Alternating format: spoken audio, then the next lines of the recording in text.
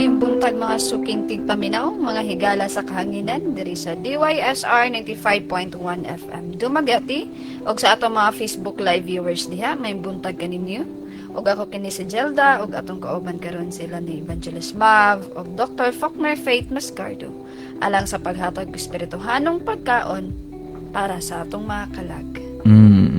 Maayong buntag. And I'd like to take the time to invite everyone, no, nga naminaw ka nato karon to follow our YouTube channel, that's Music Generation Official.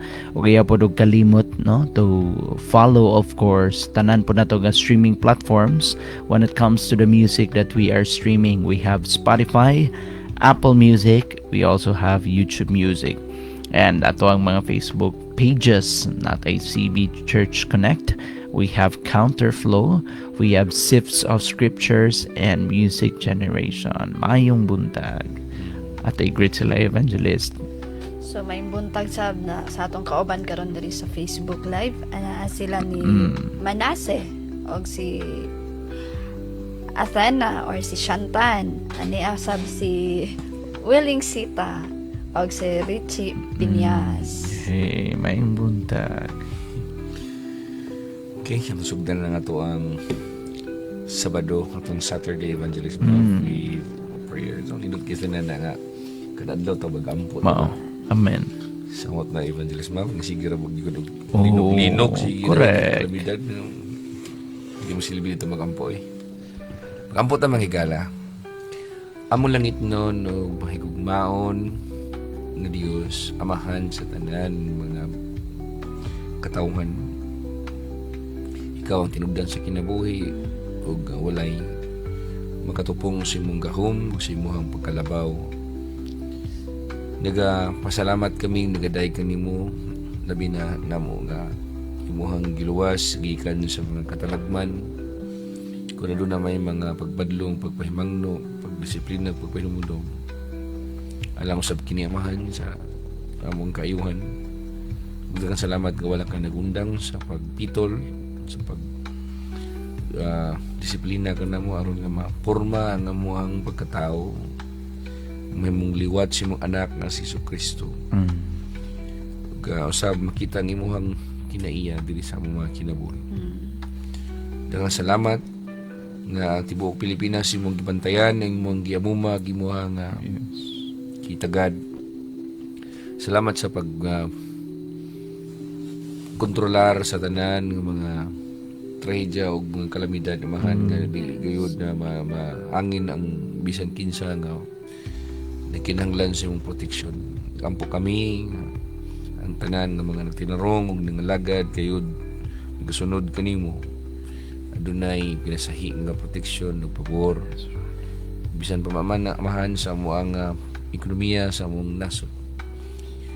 Naghangyo kami kanimo nga mapadayon ka sa pagbutyag, sa pagkita amahan sa tanan ng mga korupsyon o mga tanang klaseng kabuang gibuhat sa amuang mga nasyonal, bisan pa man sa mga local mga leaders. Tipigi amahan ng Pilipinas. Usab kami nga mga citizens ni ini nga nasod. Magkatuon kami sa pagtahod ug pag-ila kanimo. Salamat usab sa mensahe nga madungog karon. Tudloy kami pasabta sa imong mga pulong puna sa kalipay ug panagot ang amo ang mga pangunahon na kasing-kasing. King tanan among gipangayo kanimo sa ngalan ni Kristo nga among Ginoo ug Hari ug uban sa tabang sa Espiritu Santo. Amen. Amen. Narata karon mang higala sa chapter 12 sa Exodus, verse 37 to verse 39. Itong pagkabasahan ni Evangelist Ma'am sa English. Okay, an Eltinga version. That night, the people of Israel left Ramesses and started for Sukkoth. There were about 600,000 men, plus all the women and children. A rabble of non-Israelites went with them, along with great flocks and herds of livestock. For bread they baked flat cakes from the dough without yeast they had brought from Egypt. It was made without yeast because the people were driven out of Egypt in such a hurry that they had no time to prepare the bread or other food. Pwede ko basa Evangelist Gilda sa Cebuano. Mingan diri, milakaw ang mga Israelinhon gikan sa Rameses paingon sa sukot. Mga 6,000 tanan kalalaki, walay labot sa mga babayi ug mga bata. Daghan usab nga mga langyaw ang nanguban kanila, ug daghan usab nga kahayupan ang ilang gidala. Giluto nila ang minasang harina nga walay patubo nga ilang dala gikan sa Ehipto. Wala nila kini mabutangi og patubo kay gidali-dali sila og pahawa sa Ehiptohanon. Gidali-dali sila og pahawa sa mga Ehiptohanon ug wala sa sila'y panahon sa pag-andam sa ilang pagkaon.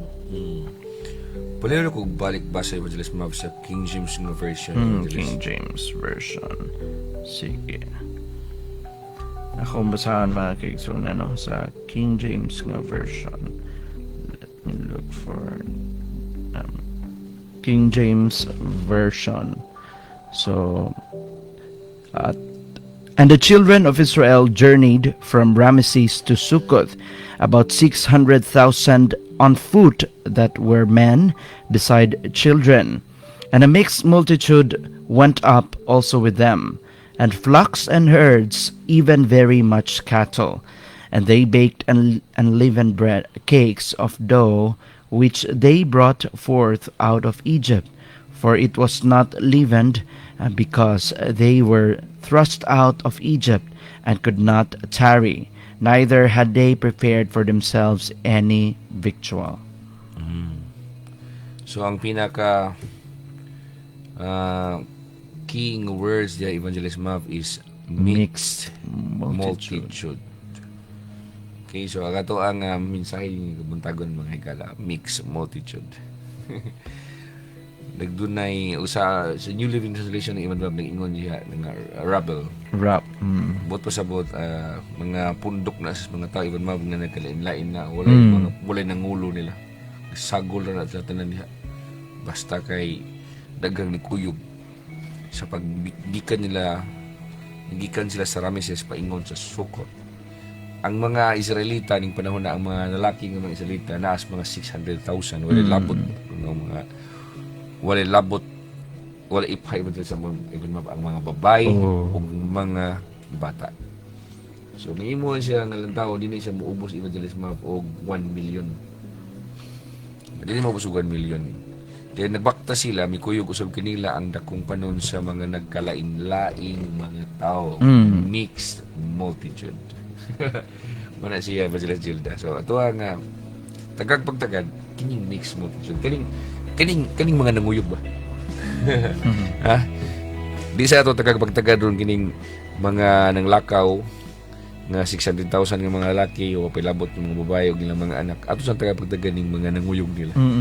Unsa may imong masulti Evangelist Gilda? Excited ka? Excited kay ko pa. Siguro iskutan nato ni sila. Ano may mga tawanan? Unsa may inaan nilang iskutan mo nato niya? So, actually, higala, striking kini siya nga moment in Israel's exodus tungod kay dunay sa lain pa nga term sa English ba, sizable group travels with the nation, with the Israelites. And kaya bang di po gud basta-basta kay mix manggod ang kuyog po nila. And this unexpected nga presence reminds us that God's plan or God's redemptive work often draws people from diverse backgrounds into His salvation story. Di man ka ang mabutingala na tungod kay bisan ang kaluwasan sa Dios dili man exclusive para lang sa mga Israelita. O ganini nga message mga higala, ato ang makita ang 3 dimensions of the mixed multitude. First diha nga dimension mo ang iyang origin and identity. Second, its impact on the people of God. And the third is the responsibilities that accompany inclusion. So the goal of this message, ako ang tuyo nga ning kabuntagon nga akong ihatag ni nga mensahe is to understand sa unsang pamaagi nga ang grasya sa Dios nag-imbitar sa mga tagagawas o sa mga dili sakop sa iyang mga katawhan. iyang imitaron, iyang apilon, iyang pasudlon siya gitawag og covenant community.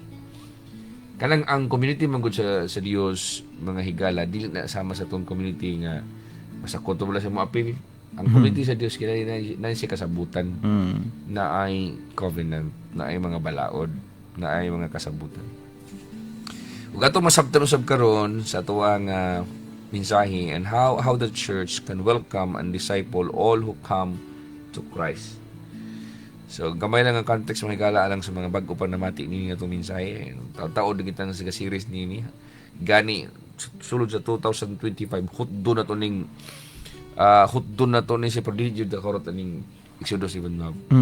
I doubt if makaabot pag tanig mga kuan gani mga 25 chapter 25 kita taas mong gani nga atong ipang tudlo pagsigutan na to. Pero at least ang 2025 nag-focus ta sa Exodus. Nato na nahisgutan sa Genesis and more karon focus kita sa Exodus. So tuig padaging pa sa Exodus. Ay dali mga higala kay atong tunag tama ng Biblia kay aron nga daghang ikag masabtan.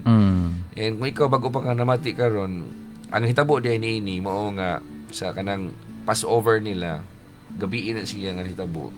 The Passover night leads to Israel's sudden departure from Egypt. Imagine kag mabiyahe ka, mamiya mo gikan sa iyong lugar. Nya maglakaw ra pero gabi ang dako. Pero sano po gabi ang dako kay kung adlawan mo inita. Pero ang problema disadvantage ana kay tingtulog man guna. Tingtulog ba? May magsatong panahon karon nga daghan ang mga tao nga mga magbali ng mga job. Pero sa ilang panahon, karaan ko na, Exodus ko na, pupa ko na matao si Kristo Jesus din sa kalibutan. Ang mga ilang orasan kaniya to, paggabi, tingtulog dyan na siya. Pero mauning panahon na nga, ning instruct ang Dios nila nga, okay, pamiya na mo gikan sa Egypto.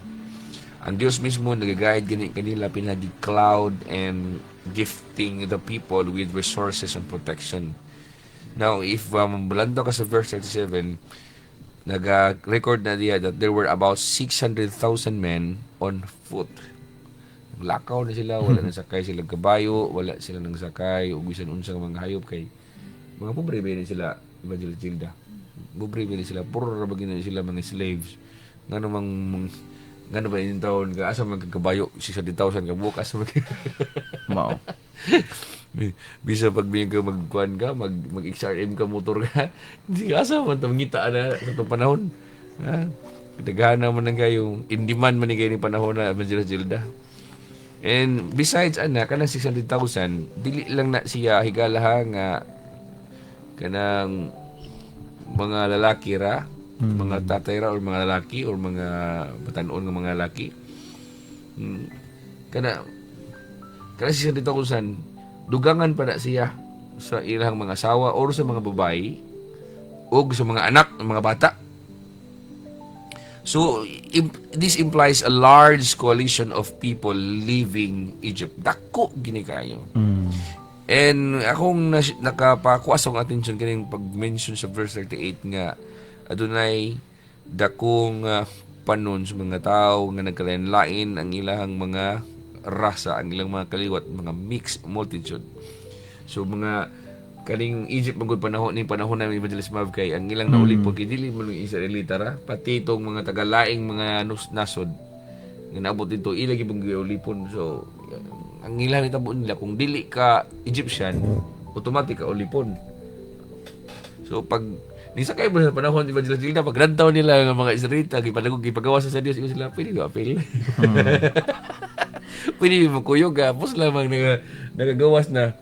So may imagine mo nga kung ikaw at ibutang nga ang imuhang nationality ning panahon na Evangelist Gilda is kuan ka kanang Syrian. Ya paglantaw nimo nga nagagawas na ang mga Israelita. Ingon po ka ako Israelita ba po. Kaya ron gumapil ka gagawas.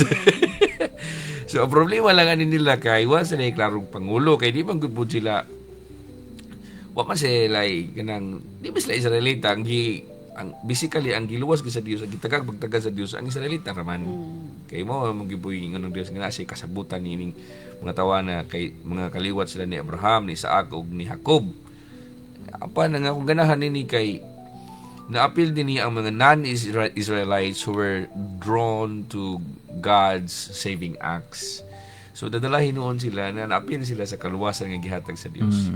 Ug ang presensya ni ining mixed multitude mga higala, actually nag-foreshadow ni siya sa inclusion of Gentiles into God's redemptive plan and the expansion of Israel's identity beyond ethnic Israel.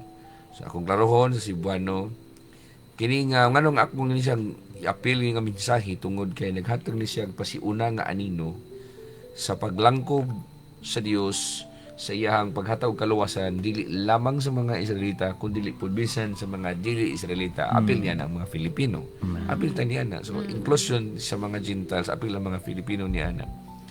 O gi-expand sa Dios ang iyahang pag-ilas iyang mga katawan dili lang kay Israel lang kutob sa ang tanan nga mutuon ni Kristo Jesus maapil usab nga iyang pong katawan. So mo na reason Evangelist Gilda nga excited kay ko. And by the way, daghang ikog mga cross references nga ako ang gipang dugang akong gipang prepare ba. But wala tayo time ng higala sa pagbasa niini, pero ako lang ibang mention. Pwede mo na mabasa sa Numbers chapter 11 verse 4 to 9 nga ang mixed multitude is a spiritual dynamic in Israel's wilderness journey. And makita usab nimo sa Joshua chapter 3 and chapter 4. And napo sa Isaiah chapter 2 verses 2 to 4. Apil po usab niya na ang Romans chapter 11 verses 11 to 12. Kana ko no, Evangelist Gilda, paliw kog basa sa Romans chapter 11 from verse 11 to verse 12. Agila ning siya pagsuportar mga higala sa akong giingon nga dili lamang ang mga Israelita mo'y giisip sa Dios nga iyang mga katawhan. Apil usab ang mga dili na apil na usab ang mga dili Israelita. Kinamo gyud mga tinuuhan Evangelist Bob kuya na po sa Pilipinas. Napod po sa Pilipinas nga kung dili kuno ka magpa-Hudiyo, dili kuno ka maapil sa mga magpa-convert sa mga Hudiyo nga tinuuhan or mahimo kang kaliwat nila. Dili kuno ka mahimong sakop sa katawhan sa Dios. Ay kabala ka mang higala kay ato na siyang supakon na siya tinuuhan. Na siya sa Roma 11 versikulo 11 hangtod sa 12. Ningan diri primate na ang mga Hudiyo na pandol kay wala sila magtuo kang Kristo. Nan unsa man karon nagkahulugan ba nga ang ilang pagkahulog hangtod sa dayon? Dili apan tungod sa ilang paglapas nahatagag kahigayunan ang mga dili Hudiyo nga maluwas. Ug tungod niini mas sina ang mga Hudiyo. Karon kun ang paglapas ug ang kakulangon sa mga Hudiyo nagdala sa daghan nga kaayuhan ngadto sa mga tawo sa tibuok kalibutan, labaw pagayod kun makompleto na ang gidaghanon sa mga Hudiyo nga motuo kaniya. Then Isaiah kapitulo 2 versikulo 2 hangtod sa 4. Wait lang. Isaiah 2 versikulo 2 hangtod sa 4. Ningan diri sa moabot nga mga adlaw ang bukid nga gitukuran sa templo sa Ginoo mahimong pinakaimportante nga sa mga bukid ug sa mga bungtod ug mudagsa niini nga bukid ang mga tawo nga nagagikan sa tanang nasod. Maingon sila, dali mutungas kita sa bukid sa Ginoo didto sa templo sa Dios ni Jacob. Kay tudloan kita niya sa iyang mga pamaagi aron magkinabuhi kita sumala niini. Busa mo pauli ang mga tawo gikan sa Jerusalem, dala ang mga balaod sa Ginoo. So kadiha walang daan gipropesiya na ni propeta Isaiah nga gikan sa laing mga nasod maabot gyud ang panahon nga mga tawo moadto gid sa Jerusalem kay para lang gyud nga mamati sa mga instruction sa pulong sa Dios. So number 1 mga higala nga ato ang dimension atong lantawon sa atong mensahe karon. The mixed multitude emerges from God's gracious deliverance. Ibon Mab? Nganong naidakong panon sa mga katawhan nga nagkalinlain nga mga tao nga gipakuyog sa Dios. Wala sila balibari bitaw kay paingon nila nga kuyog mi kay tagaan gud sila gagawasan kay ingon gud si ingon ang paraon ingon ang hari sa Ehipto nga panggawas na mo pamahawa na mo diri. Ang gitagag instruction ato kay kadto mo ng mga Israelita. Pamahawa na mo ingon tong mga dili Israelita ba nga di po Hudiyo. I mean di man dili mga Israelita apan dili pud mga Ehiptohanon. Okay. Dili mga Israelita, dili pud mga Ehiptohanon, dili pud Egyptians. Dayon asa man pud sila? Ingon sila, kuyog mi. kuyog kami. So, ingani ni siya mga higala, kung ang Dios wala pa siya grasya, di o tato papilon sila. Mo. Di ba, Ibon mo? Di Mo. o tato papilon. So, ang kaning dakong panon sa mga katawhan nga nakakuyog, nga naggikan sa lain-lain nga mga pundok sa mga kanasuran, nga dili mga Hudiyo, dili po Egyptian, dili mga Israelita, nya kita gitugutan sa Dios nga mahigawas gikan sa pagkaulipon, ebidensya kana nga ang kaluwasan sa Dios gipadayag ang iyang grasya that draws others toward Him. So yun ang Dios. O sige kamuntan, welcome mo kamong mga gidaog-daog, kamong mga nakinahanglan sa kaluwasan, ari mo dili nako. So unsa may masulti nimo ng bahinay nga punto sa mensahe? Diri na to makita no nga God is really a God of inclusion. Wala siya tawo nga kung mahimo iya ganing gusto, no, by the gospels that we have just read, og sa inyo po siguro nadunggan, no, ang gusto sa Dios kung mahimo ang tanan gani man maluwas. O makita po nato diri by illustration of what happened with the Israelites during this time sa Exodus. Napay mga tawo nga gani man dili nila kadugo, lahi po siguro kuning sila og mga races, yet ni uban, no, ni kuyog kanila. So wa man po sila gisalikway, but gani man apil sila sa journey, no. And I know inana po ang plano sa Ginoo nato. It wouldn't matter if Filipino ka, Jew ka, or whatever you may be. The common ground that we have is always gonna be the Lord Jesus Christ. Now, kung ano po sa itong kinabuhi, knowing bitaw nga kita po di ay igo ra po di itang gipaapil sa Dios. Kaya yung original na nga gitulwason ito sa Ginoo, maunta ang mga Israelita. Kita nga mga hintil man ta. Pero ganun po itang giapil po sa Dios. No. Makaingon ta kadako di sa grasya sa Dios, di ba? Kadako di sa grasya sa Dios. Na karon nasayod ta niya ng mga bahina. Unsa ba itong buhaton po sa itong isig katawo? Of course, let us welcome outsiders. Na mga tao nga dili sakop sa iyong pamilya, dili sakop sa iyong clan, nya ganahan mo join sa iyong pamilya, ganahan mo join sa iyong clan, iwaning balibaran, hawa diha kay anang kuan. Example na mag-reunion sa inyo. Reunion sa iyong clan dito, nya na mo kayong liyo, hawa diha. Yung papawain mo sa papawain mo dyan. Dili Japan, maluoy sabta. Kung nga may mga tao nga gusto magpa-adapt sa iyong family, kay siguro wa sila pamilya din. Hindi kayo kadugo ninyo dayon. Nag-reunion ang inyong clan. Imong ibilin nga nasa pamilya. Bilin na ka dito doon kay di man ka parang apelyido na ko, di man ka Murti ana. Ay, loyo. So mo na ang application mga higala nga kung ikaw nalipay ka sa mensahe karon sa gospel karon nga giapil man ka sa Dios, gidawat ka sa Dios bisag dili ka Israelita, buhata usab ka nga kaayuhan or kindness ngadto sa ubang mga tao. Ipakita usab ang kindness ngadto sa ubang mga tao. Okay, so ano to si kaduha? The mixed multitude and the covenant community. Lord. Kisa gani covenant community ni panahon na Evangelist Zilda, mao ang mga Israelita. So sila ra unta toy pagawason sa Dios. Dayon ningkuyog man ang dakong panon. Ang akong kakuha na kay bulungan mo ko ni Ivan Mab kay 600,000 na daan ng mga laki mga Israelita. Yan na po siya ni kuyog dakong panon. Sikadagkalain laing mga katawan. Kakuyawan eh. Nagkanan laing mga tao. So nagkanan dyan di kasanan. So na iniingon na ako nabasahan mga ako wala mo juga ni panahon na Evangelist na sa. So kayo mong panguntan pila mga specific nga numero yun sa ginaganon sa mga tao ni kuyog na panahon na pastor. Akong nibasahan ang mga daghang mga Bible scholars mato ba nila na ako nas mga 2 to 7 million. Kaya kung may kunong taga ang nanguyo ka din naras mga 600,000 na mga laki.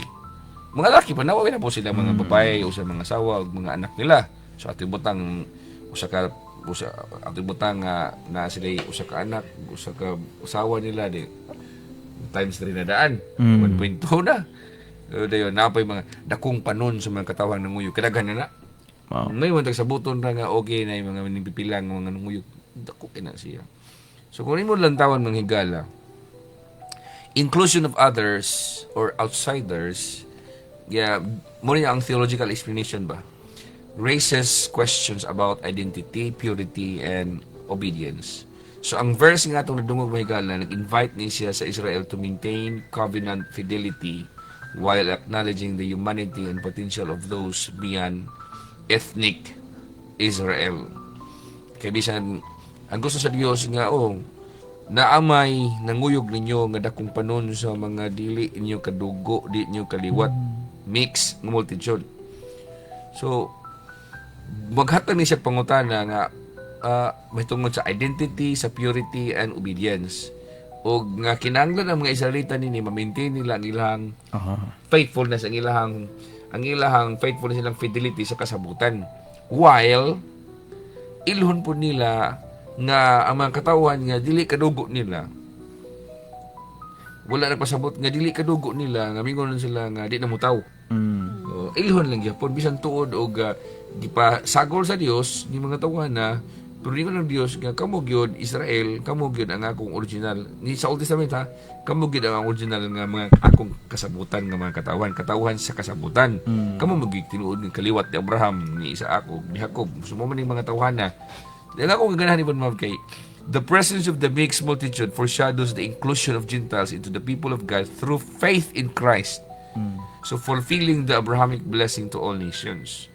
Ang ako ang gusto masabtan ninyo nga sumala sa Biblia, si Christ or si Kristo Jesus nag-create siya usa ka one new humanity nga gikan sa mga Hudiyo o dili mga Hudiyo. Paliw ko basa na Evangelist Mav sa Ephesians chapter 2 from verse 11 to verse 12 nga si Kristo Jesus mismo mo'y nag-create og bag-ong pundok sa mga katawhan nga maisip nga iyaha nga ang naglangkob na niini, nag-include na ni dili lang kay mga Hudiyo lang, kundi apil na pod ang mga dili Hudiyo. Okay. Ephesians chapter 2 verses 11 to 12. Don't forget that you Gentiles used to be outsiders. You were called uncircumcised heathens by the Jews who were proud of their circumcision, even though it affected only their bodies and not their hearts. In those days you were living apart from Christ. You were excluded from citizenship among the people of Israel, and you did not know the covenant promises God had made to them. You lived in this world without God and without hope. Yes, ha? Sa siwano ko na sa Evangelist Gilda. Ningan diri primate. Hinomdumin ninyo ang inyong kahimtang kaniadto. Natawo kamo nga dili mga Hudiyo, ug matud pa sa mga Hudiyo, wala kamoy relasyon sa Dios tungod kay dili kamo sama kanilang nga mga tinuli. Ouch. Ouch. Wala yun. Apan kadto nga pagtuli sa lawas lang. 12. Hinumdumi usab ninyo nga kaniadto wala pa kamo makaila kang Kristo. Wala kamo maapil sa nasod sa Israel. Ug wala kamo maapil sa mga kasabutan sa Dios nga pinasikad sa iyang mga saad ngadto sa iyang mga katawhan. Nagkinabuhi kamo niini nga kalibutan nga walay paglaom ug walay Dios. So kung katong basihan na to kaniadto nga wala pa ta naiusa ni Kristo Jesus, wala ta nituon ni Kristo Jesus, mo to tong himtang ibon mab. Wala tay paglaom, wala tay Dios. Apan tungod kay mituod ta ni Kristo Jesus, ang mga panalangin nga para ni Abraham o sa mga kaliwat ni Abraham, apil na punta. So muna akong ganahan ni nga mixed multitude nga topic Evangelist Gilda kay na-apil na ta ba? Yes. So di ingon nga ang Dios kanang kwan sa kanang bang arte ba Others. hawa dia kay di ka kuan Hala. dili ka Israelita, so ang Dios di ay sige okay sige Grabe. apel ka bisan ka na ka apel sa kaluwasan, okay sige Duta. din duta sa pag kanino tayo nakiduga ka na even before tang proceed sa point number 3. Naro ko na yung room ng Dr. Faulkner ba nga kanang certain person before nga he claim nga dagan po siya knowledge, yet ang iyara pong kung na'y maapil sa iya nga tapok nga kuan outsider sa iya nga gusto nga circle, dili siya masugot. So, may tabo katong, let's say for example, Lupay pa Diyos niya. Ang Diyos gini mo dawat man gani. Iya siya noon. Exclusive iya. exclusive ra. So makapa-OP, pero nakita na ako diri ang Dios, so dili siya mo mubutang sa tao in a position of being out of place. Kanang Dios nga even to embrace you as part of the people nga gani man ang iyahang gipiling mga katawhan. Giuban ra gyud nimo. Okay, salamat Ibn Ma'am. Now, kani katulong mga higala, importante kay ni siya. The mixed multitude and discipleship. The mixed multitude and discipleship. But pasabot, karon nga gidawat sa Dios ning mga tawahan na evangelista. O sige, kamong pundok sa mga katawhan nga dili mga Israelita, dili sa ako sakop. Yung kanang ganahan mo mapil sa ako ang pundok.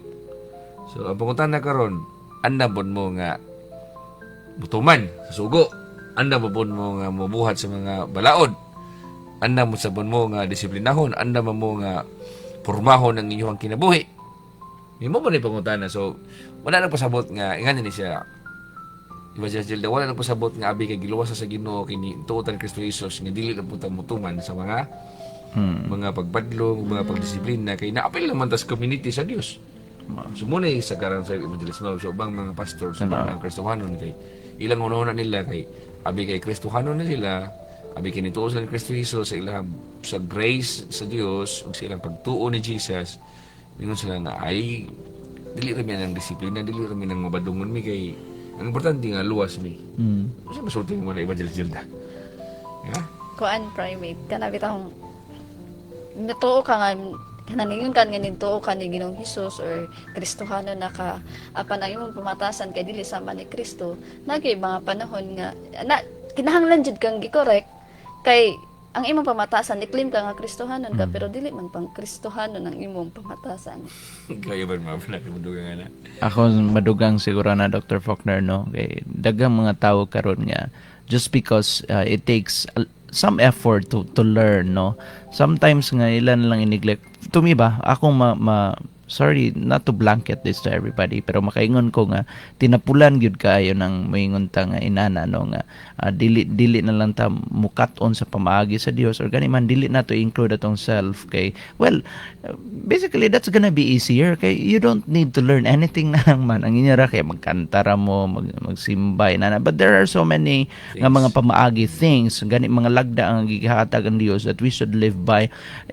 Katoto mga pangisgutan kaniadto, there were even mga covenant nga remembrance nga kanang kinanglang buhaton every year and it balaod gani dito. How will you enjoy the benefits of that or gani man how can it protect you if in the first place you're not willing to learn kay may kagwa kay apil kuyog-kuyog ra ka pero wa kay apil sa mga butang nga gika sugo sa Dios. Walay protection po na ng bahina, wala po most likely the reason why even the Philippines right now is being shaken kay dagan ka nato we claim to be Christians yet wag gyud ta ma-disciple sa mga pagtulunan sa Dios. Okay siya. May higala akong dugangan ang gisulti ni Evangelist Maven. Kining mixed multitude ng higala, kining dakong nagkausang mga lain-laing mga kanasuran nga nikuyog sa mga Israelita will require leadership. Daghan gimudihan yung tapot ng mudihan niya di wa mo ilang pangulo, so automatic magpailalom mo sa inyong kana di ni panahon na magpailalom sila ni propeta Moses and mag-require silang leadership, mag-require silang understanding, discernment and pastoral care to ensure they are disciple in the ways of God. Kay lisod na kayo nga nanguyog sila dayon igura silang makabaton sa kaluwasan apan dili sila paistorya, dili pa correct, dili pa padlog, dako kinang problema. So higala, I hope ganing kabuntagon ikaw nga usas magiluwas sa Dios makabaton usab og pagdisiplina gikan sa mga alagad sa Ginoo. God bless you.